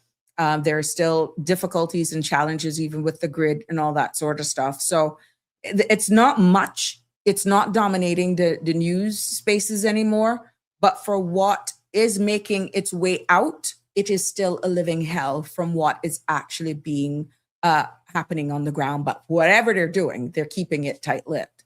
Harry is saying, and remember, the UAE is currently getting control over the oil in Sudan via its proxies, and the UAE has become a near equal of Saudi, who has dominated Arabia for decades. That's true. So Aliano is saying, why don't the government remove Why don't government remove the coke goal CUC has on solar power regulation, or the choke? Well, all of that, I'm quite sure, Aliano, that these conversations are being happening as they look at what's happening in the market, and which is why, again, they were asking for backup power generation, which we saw that in the public's domain. Nothing that I'm saying here is not in the public's domain, and trying to do things so that operationally they can actually run more efficient, therefore trying to keep prices down, but most importantly, to maintain the stability of our power grid. You think we get this type of service in comparison to other regions if there weren't serious money injected into CUC to maintain our power grid? But at the end of the day, they're still operating a big chunk off of fossil fuels. They said it themselves. And they're looking at other ways as well of running certain things, be it solar or other forms of fuels, in order to make them run. So I'm quite sure in time, as we see the climate, the energy change here, we will possibly hear more from CUC. And I think they're launching something. I don't know what it is they're launching. Did I miss something? Did I have a date? Oops. Okay, I got to double check my calendar.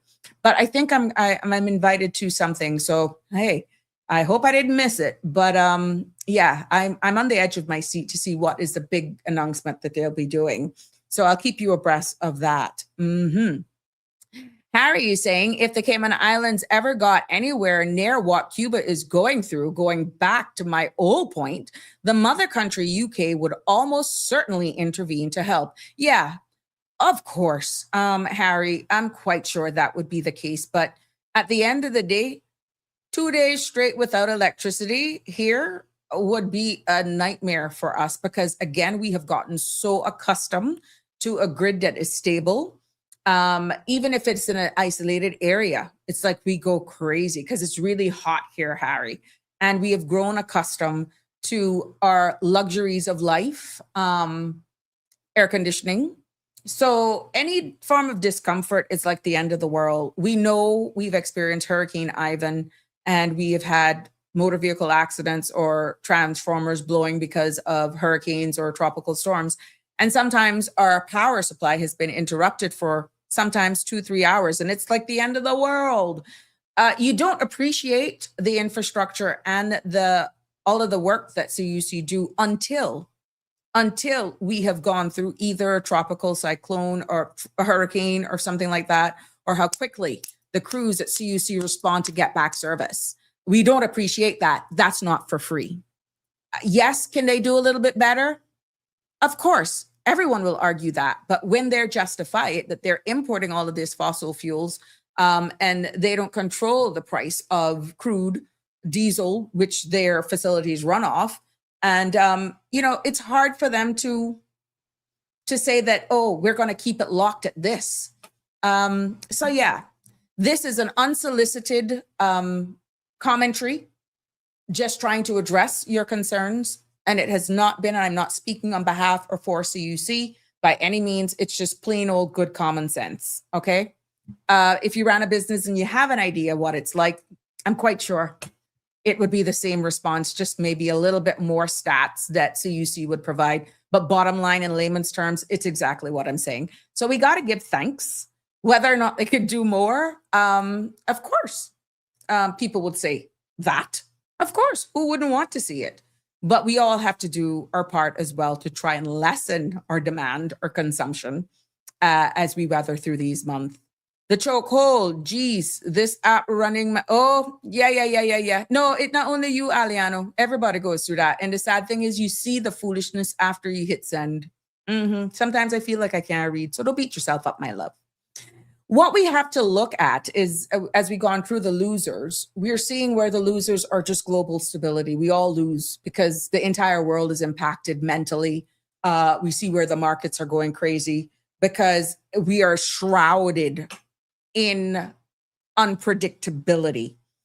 And in addition to that, unpredictable decisions made by some of our leaders is also another stress. So, yeah, it is real what's before us. So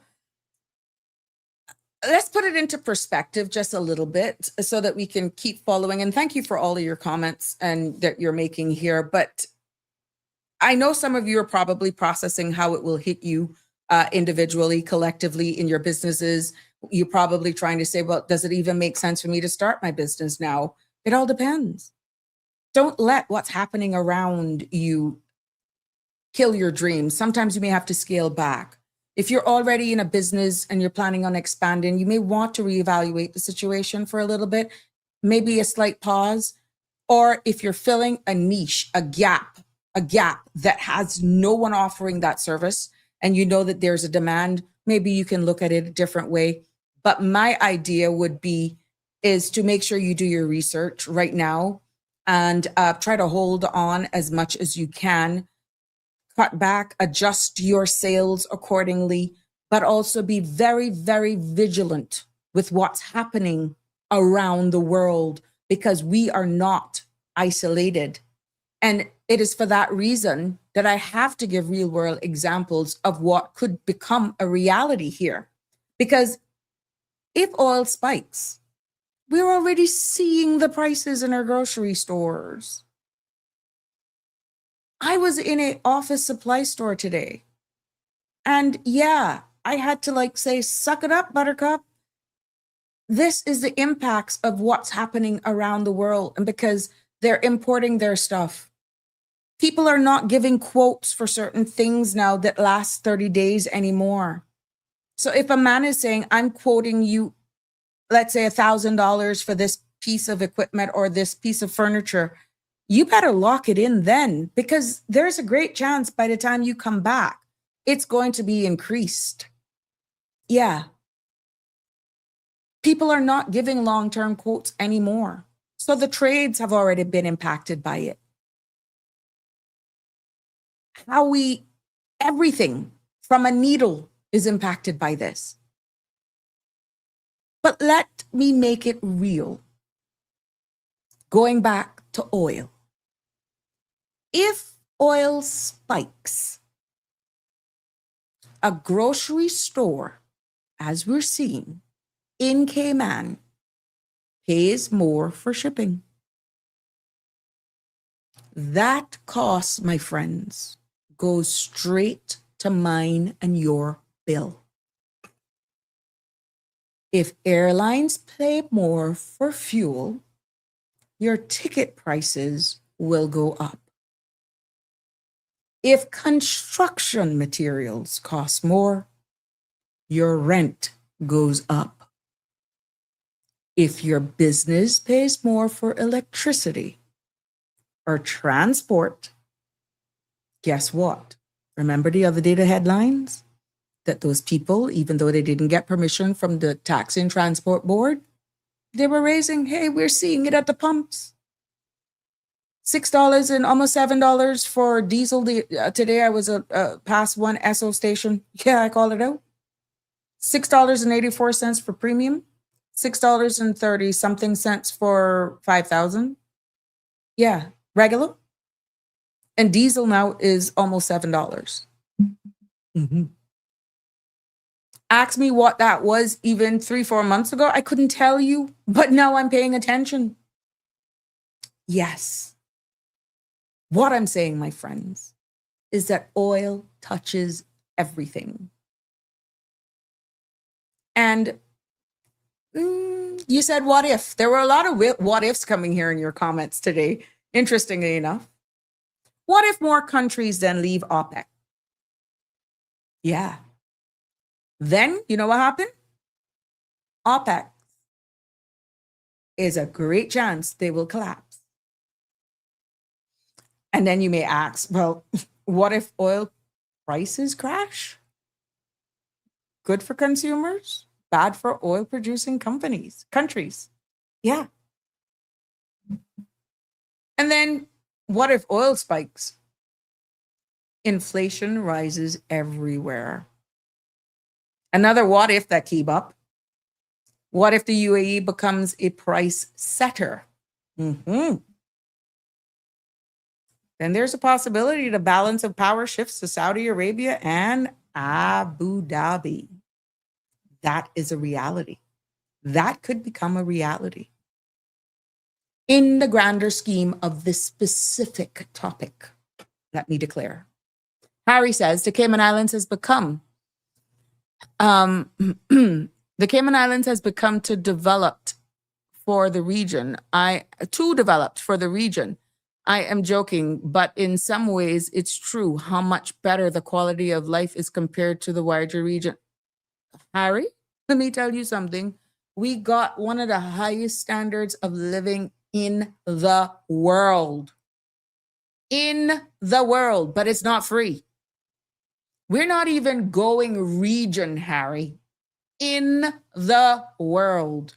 You're in the great United Kingdom and we live in better than you all. Yeah, but it is not cheap. It comes with a price. But let me be real.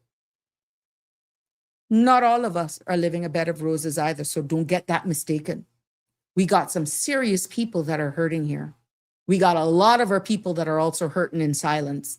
And a lot of it is by design because of the sheer nature of our size. But yes, Harry, I cannot disagree with you there. But a lot of it is by design for certain people. And we got a lot of our people that are hurting. And unfortunate, it could get a lot worse before it gets better. And like every country, you will have those who have less. It is that no secret. But a lot of the blockades that are happening across small island development states, Cayman is not immune to that. A lot of it is by design as well. Bureaucracy, red tape, politics, bad mind. That's a fact. That is a fact. And we call it and we say it as it is. Aliano said, I saw some islands are using sargassum as seaweed as a fuel source. Yeah, there's been a number of countries that are trying to repurpose sargassum and to use it, wash it. I see, I stand to be corrected. I think over in the sister islands, Cayman Brac, they were using it to actually fill inland. Like they have it there, they pile it up, hoping for rains and that sort of stuff so it can drain. It's stinky though, oh God. And then they use it. Some people say it can be used as a fertilizer, but it has to be properly washed. But it can also be used to fill in your land. Mm-hmm. Yep. And there are so much other uses for it, Aliano. Harry says, when it has become a problem, whenever those European or American standards are not met, yeah, when it has become a problem. Mm-hmm. And I think one of the biggest problems is most of the public think of it like this. I have had this my entire life. Why do you have to change it now? Because they don't think about the why. Yes, it's true. Some of us can't see beyond the tip of our own noses. And this is why we lack foresight. We lack in many, and this is some of the comments that I'm hearing as well, Harry, from a lot of our people saying, where's the visionaries? We no longer have visionaries. We only see selfishness. We only see greed. We only see my friend, my family, my persons who is in business with me. We don't look at the wider scene. It's become more self-serving, more selfish than the wider, as you've alluded to. Yes. Andrew says, what are our alternatives? Solar, electric, cars, windmills. Other countries have adopted to solar. Yes, these are, I'm quite sure, other suggestions. But again, everything now has to go through legislation, making sure it's done safely. Then you have to have the policies and the laws and the governance body, which is why OFREG now is going to be charged with possibly even granting, we saw where it's in the public's domain, of trade and business license for those who are operating gas stations, that sort of stuff, because they have all of the experts under OFREG. And the justification for is that trade and businesses were being granted by a trade and licensing board, and they didn't have the expertise normally represented on those boards. So they're saying now they're going to try to do it one-stop shop where certain industries that deals with certain things now that would fall under the umbrella of OFREG now, that the licenses now go through that. Again, that's still developing. Legislation needs to be changed and all that good stuff. So we'll keep you abreast of all of those things as well. Dane says, oil will always be in demand as long as there is buyers, just a matter of price. Correct. And some countries are going to always be dependent on it. And that's what's sad, because we're all living on God's green earth.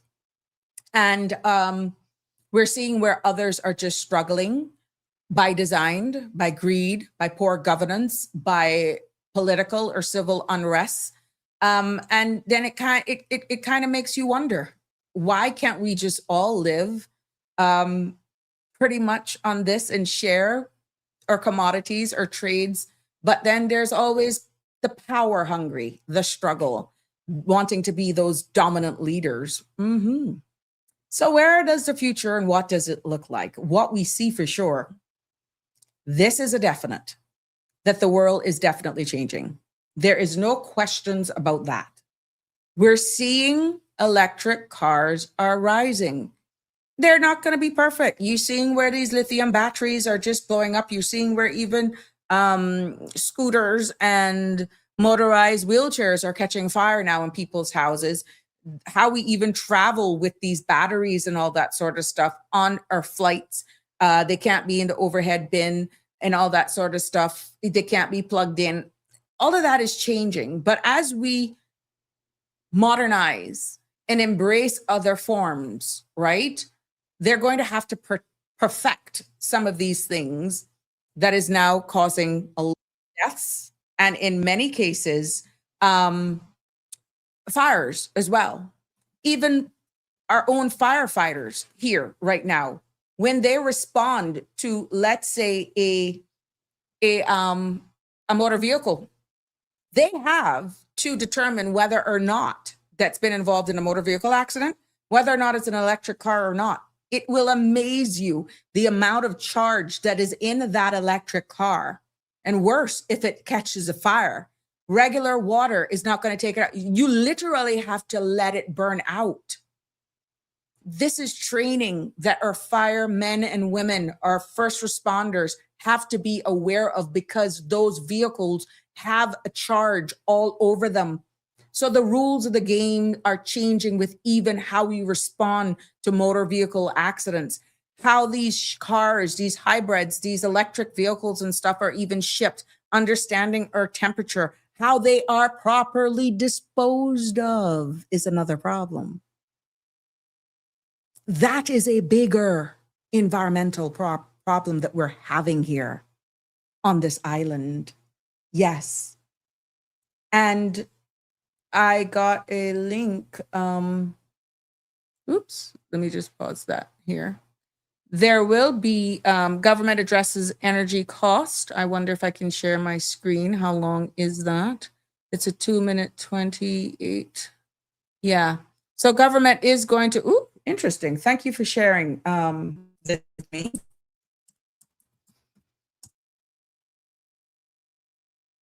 So yeah, but we see where the world is changing.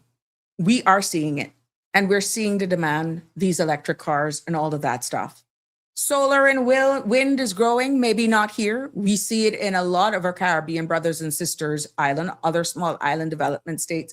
And you kind of wonder, well, how in the name of Jesus this island can get this so quickly and that so quickly? And when you go and you look at their transportation system sometimes, when you go and look at their electric vehicles that they have, on the surface, we're talking about, not the deep dive, the dynamics are different from one small island development state to the next, right?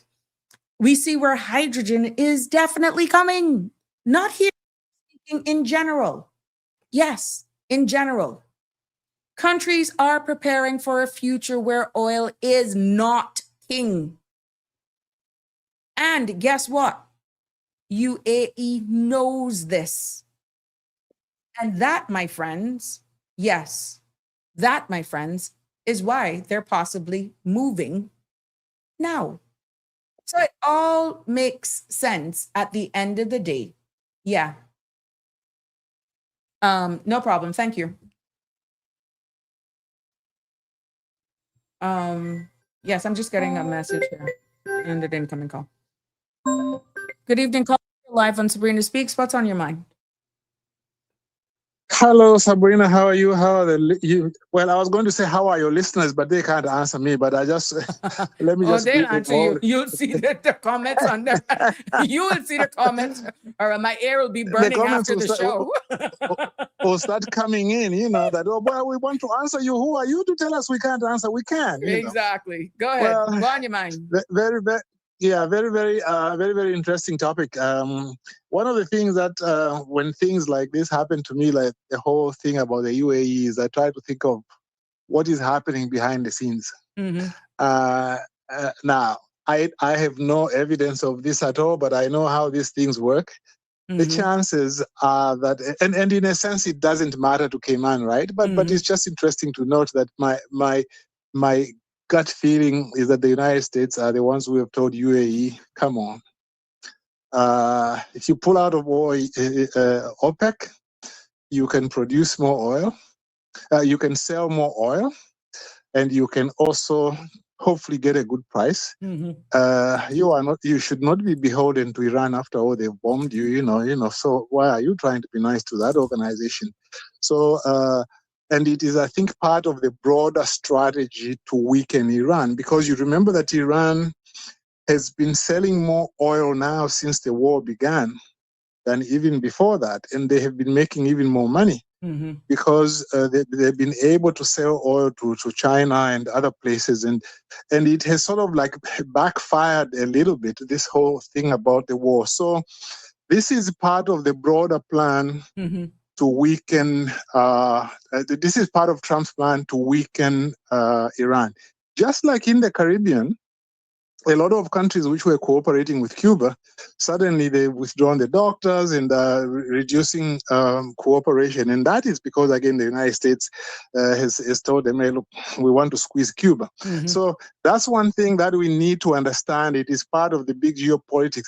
I am not even, in a sense, I'm not even criticizing it, because I'm just acknowledging that this is the way it is. All countries try to look after themselves. Sometimes they do it behind the scenes, sometimes they don't. Now, about the fossil fuels, this is always very, very interesting. You know, I always speak to people sometimes, different views. Some people say, Mr. Balika, sorry. I'm going to, we got 4 to 5 minutes. You heard me, 4 to 5 minutes. We got 15 minutes. And I have just been shared some very important information that I feel it is valid that I share with the public, because I am proud to announce here today that government announces 3-phase plan to lower energy costs and support families. So you have 2 choices. I'm going to read it as is, because it just came into me. You can stay on, and then let's see where you are. It's your choice, okay? Yeah, sure. Breaking here, I want to just do a summary for you, okay, on this platform. The NCF government has unveiled a 3-phase plan to tackle soaring energy costs this summer and reduce Cayman's long-term dependency on fossil fuels. The program responds to global instability, especially conflict in the Middle East, which has pushed fuel prices sharply higher.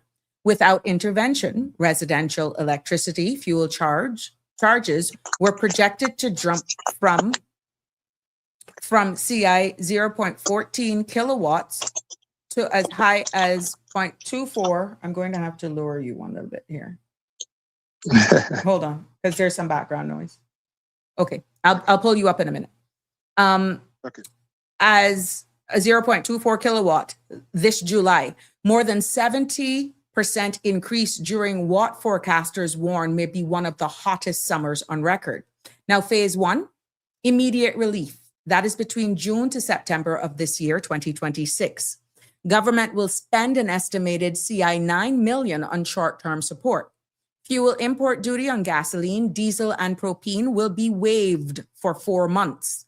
CUC and Island Energy will cap the residential electricity fuel charge at CI 0.18 kilowatts, automatically benefiting nearly 90% of households using 101 to 2,000 kilowatts monthly. A special pathway will assist large families and medically vulnerable residents. Now, average households could save up to $105 to $120 per month. Now, phase 2, which is medium term, and that is from 2027 to 2028, home energy efficiency. Government will relaunch and expand the Share Retrofit program, prioritizing spray foam roof installation and later supporting upgrades for more efficient air conditioning units and fans.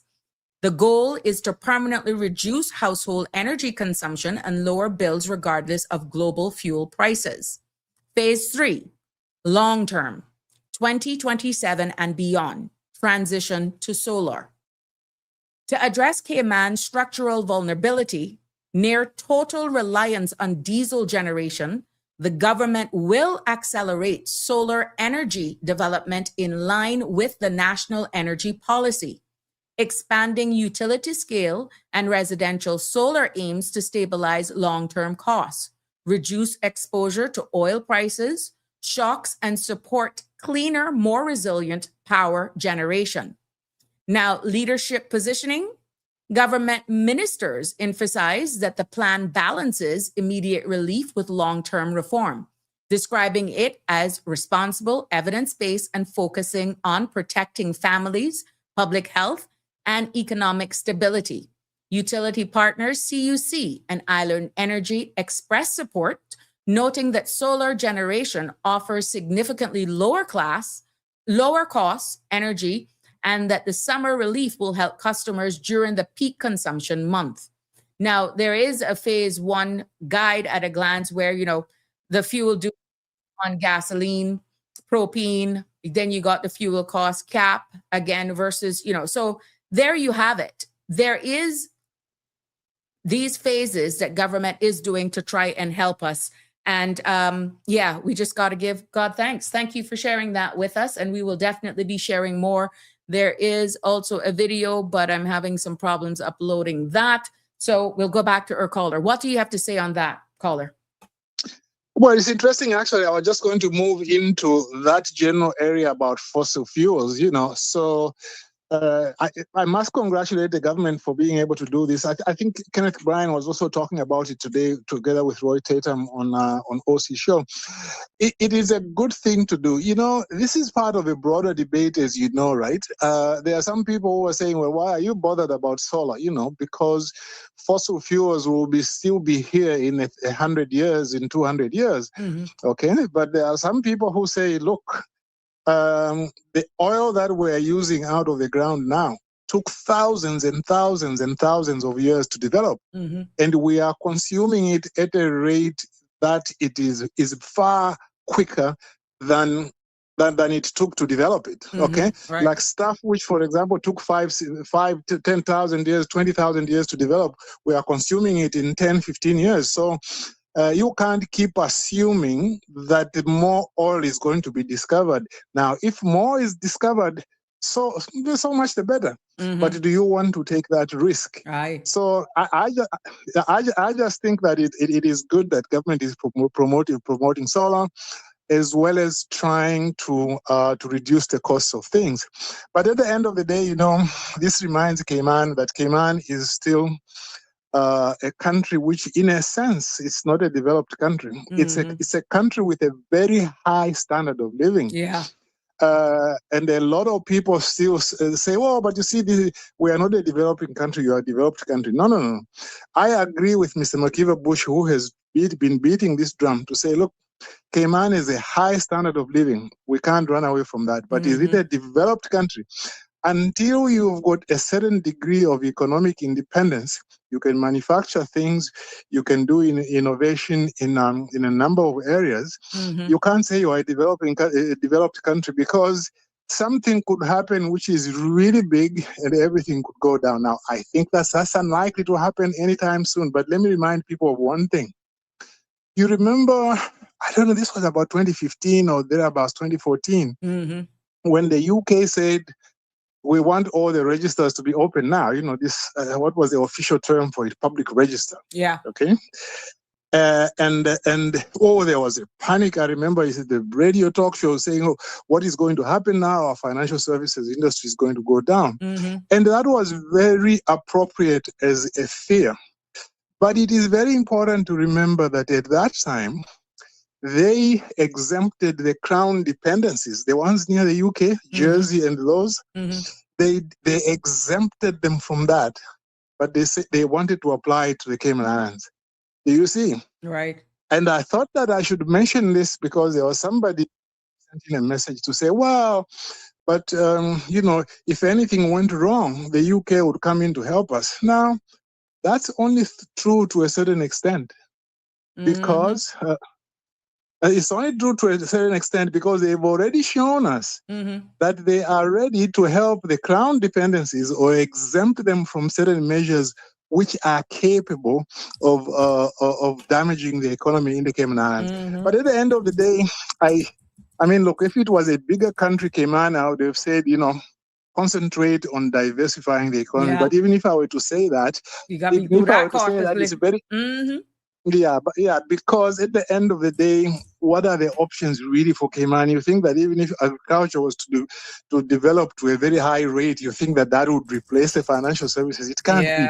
But it just helps people to understand that if there are any alternatives, even small things, it is good to develop them. Before I close, there is when I was growing up, I grew up in Africa, and we were told there point blank, you got political independence, but until you've got economic independence, your independence is totally meaningless. Correct. And Kwame Nkrumah, the first president of a black African country south of the Sahara, the first to get independence, he wrote a book called Africa Must Unite and a book called Neocolonialism to say, let us all unite and increase our bargaining power in relation to the rest of the world. You know what happened to him?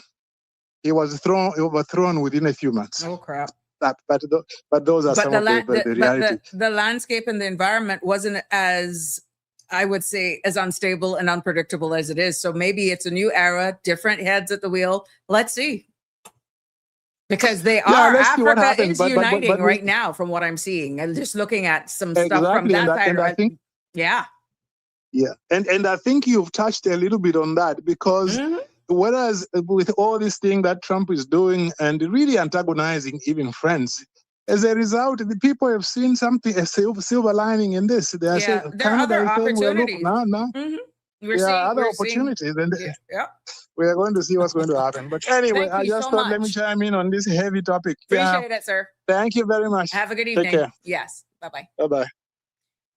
There is a, let me see if I can share my screen here with you guys. Hey, Live Happy, how you doing? Let me see if I can do a share screen here, because there's a video. God be with me now. Here we go. We could try this. We could try this today. Let's go. Share it. Let's play.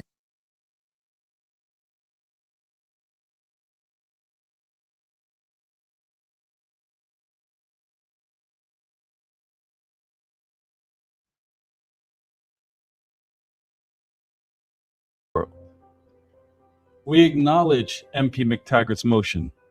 We know this has been on the government's mind and also has been on the opposition's mind. I even spoke to MP McTaggart last night and thanked him for his motion, but we knew we had to go further. I'm pleased to confirm that we are going to act before the summer bills arrive, not after. This is not simply a crisis response. It is the first step in a long-term plan to make Cayman's energy system more efficient, more resilient, and more affordable for every household. We are dealing not just with symptoms, but with the root causes. The NCFC government has put together an approximately $9 million relief package that will benefit households in multiple ways. A direct subsidy to lower electricity bills, help at the pumps, and with propane for cooking. The fuel charge cap of 18 cents per kilowatt hour is grounded in a decade of historical data. By delivering automatic relief to 90% of residential electricity customers, we avoid the delays of individual applications and return money to people's pockets quickly. That is fiscal responsibility in practice. Spending where it matters, with evidence to back every decision. Our summers are getting hotter, and the threat of heat-related illness is growing.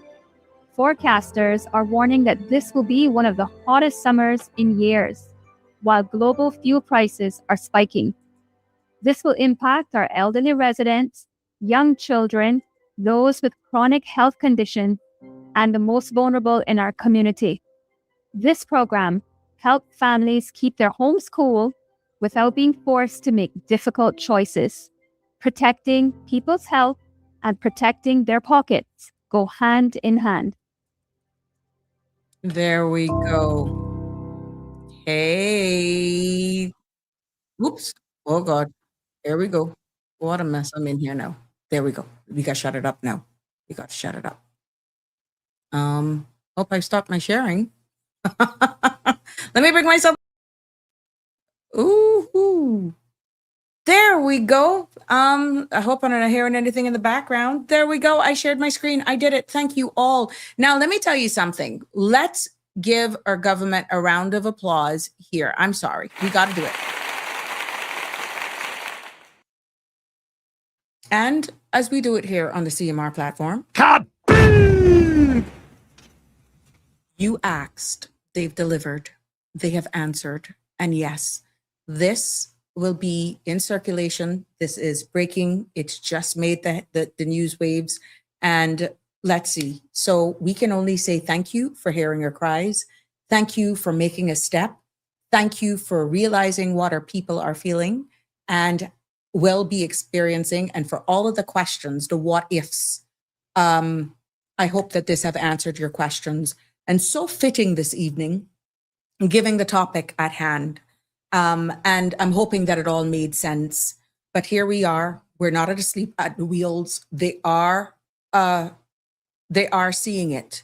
They are seeing it. They are seeing it. They're hearing you, and they're making the step.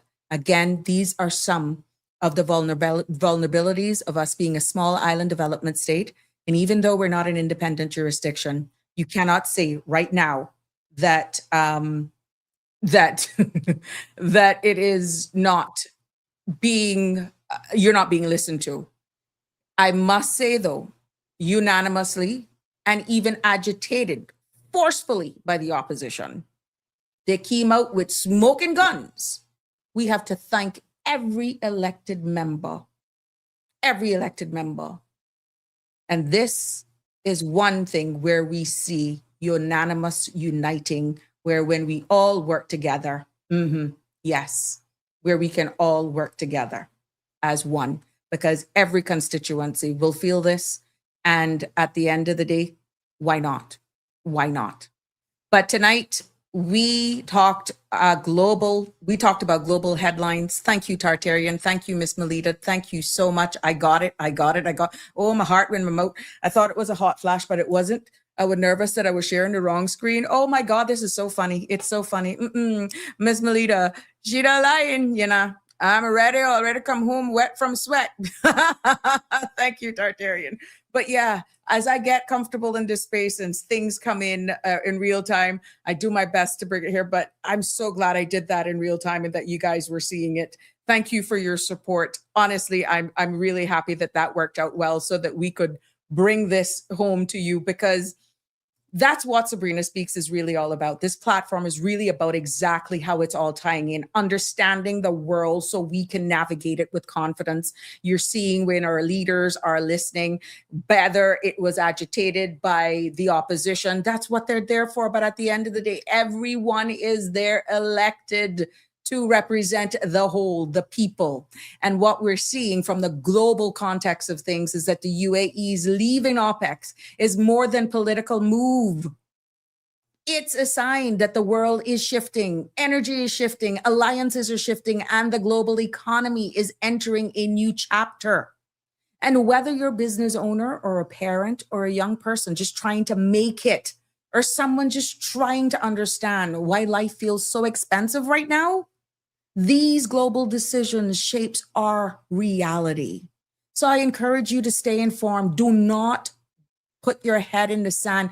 Do not make politics overshadow the realities of what's happening, our vulnerabilities. Do not make foolishness, ego overshadow exactly that we're all living in this space together. Whether you're part of CARICOM, whether you're a BOTC, whether you're independent, we are all one at the end of the day. Lisa Brightly, to God be the glory. This is great news. Sabrina, God bless our government, and to all the other members of Parliament. Connie is saying, thanks to you, Auntie Sabrina Speaks, a kinder, gentler world.